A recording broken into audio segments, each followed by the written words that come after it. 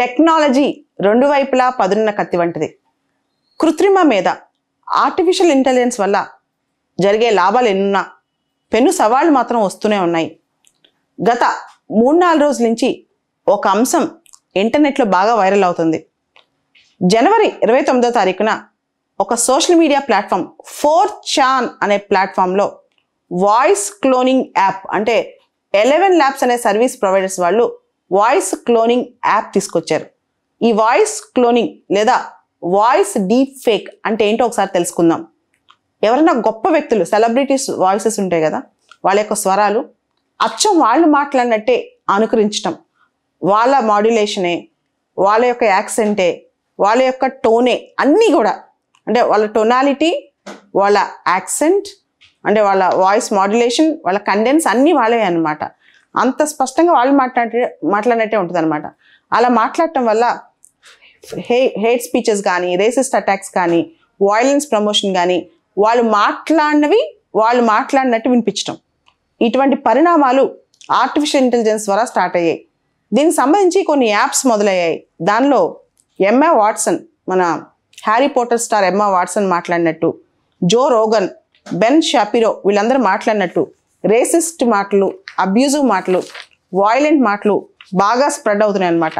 ఈ deep fake voices వల్ల వ్యక్తి మాట్లాడని మాటలు మాట్లాడినట్టు చూపించడం వల్ల చాలా dangerous consequences, devastating consequences start అయ్యాయి అన్నమాట.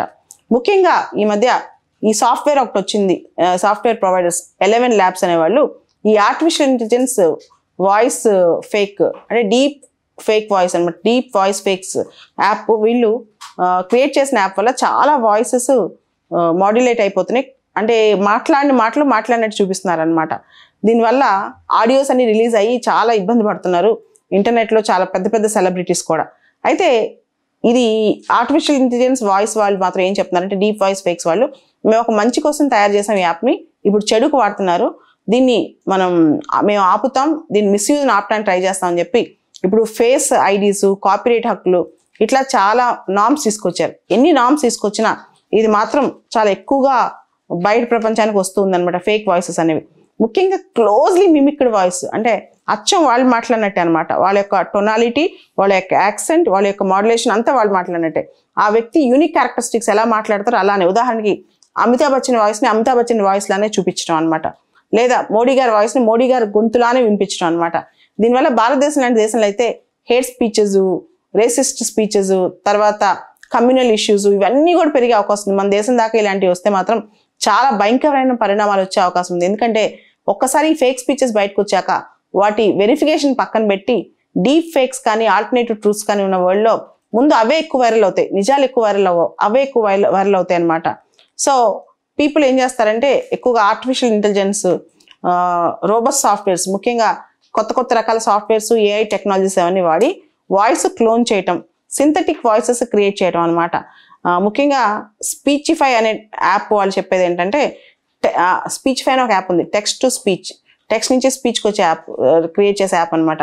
కొన్ని వాయిసెస్ కొన్ని వారాలు పడుతుందంటే సేమ్గా మాడ్యులేట్ చేయాలంటే, సేమ్ టు సేమ్ దించాలంటే కొన్ని గంటలను చేయొచ్చు అనమాట.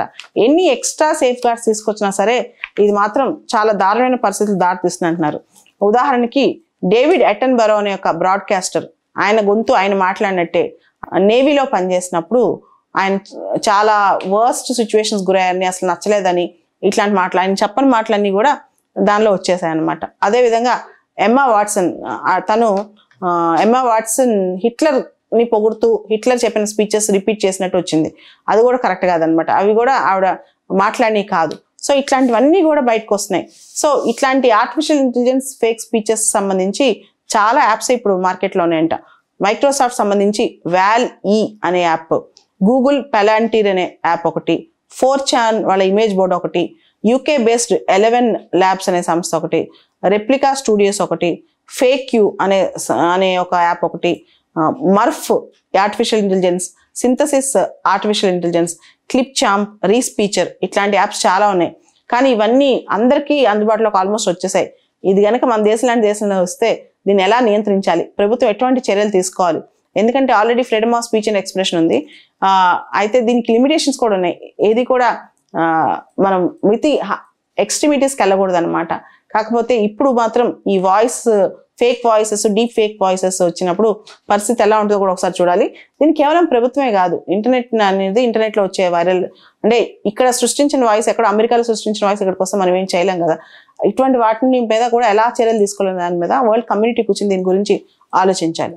ఈ మిస్ఇన్ఫర్మేషన్ సంబంధించి యూరోపియన్ యూనియన్ వాళ్ళు updated code of practice to stop spread of misinformation through deep fakes అని చెప్పి ఒక రూల్స్ తీసుకొచ్చారు.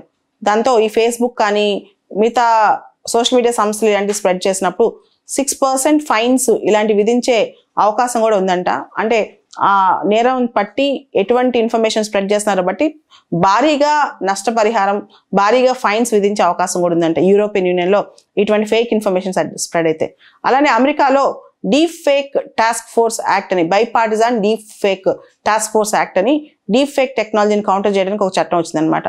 భారతదేశంలో మాత్రం ఇటువంటి చట్టాలు ఇంతవరకు రాలేదు. దీని మీద స్పష్టత లేదు, దీని మీద చర్చ కూడా జరగట్లేదు.